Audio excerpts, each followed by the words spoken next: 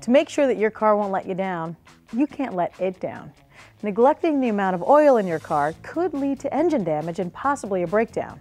So to avoid this, you should check your oil either monthly or every other month, depending on how you drive. Now, what do I mean by this? Well, if your typical commute is in heavy stop-and-go traffic, you should be checking your oil level about once a month. But if your motoring habits tend to be less hectic, then you'll be just fine checking it every other month or so. And of course, you always want to check your oil right before a long trip just to be on the safe side. And the details for checking your oil are also noted in your owner's manual, so check them out.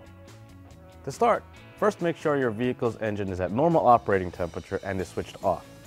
Next, wait approximately 5 minutes and pull out the dipstick. Go ahead and give it a wipe.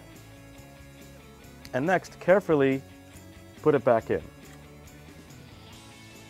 Pull the dipstick back out and see what your level is. It should be between these two marked areas.